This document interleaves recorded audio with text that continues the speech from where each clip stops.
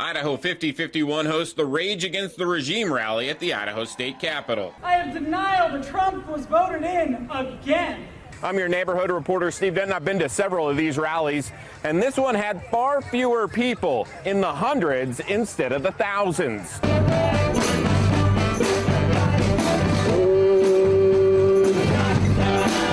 Demonstrators gather at the State House to rally against the Trump administration, Idaho representatives, and the Idaho legislature with concerns on a variety of different issues. When I get really, really depressed and then I come to one of these, then it buoys me back up and makes me realize that, okay, I'm not alone, that there are lots of other people that feel the same way as me. We're not powerless. We're not hopeless. We're not powerless. The Rage Against the Regime rally had hundreds in attendance, but it paled in comparison to the last two 5051 rallies I've been to. America does not do kings. Chris Rajat and Corrine Deckard told me they only heard about Saturday's rally a few days ago. And also, I think people are getting burned out. I mean, we're all fighting so hard, and everybody needs to take a break sometimes, and that's okay. Idaho 5051 organizers also told me they have felt the burnout, but the movement will continue with rallies across the country and across Idaho. The communication part has definitely been a challenge. We have all of our social medias, but, we're also, slaves to the algorithm.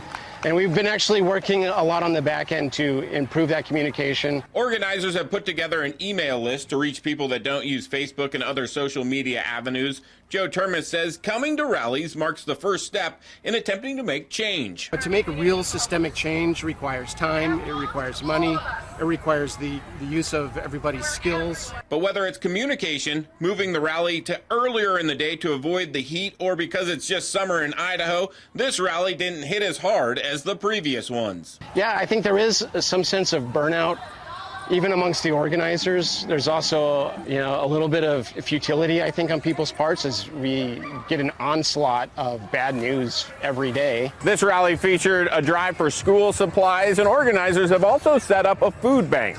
I'm your neighborhood reporter, Steve Dent, for Idaho News 6.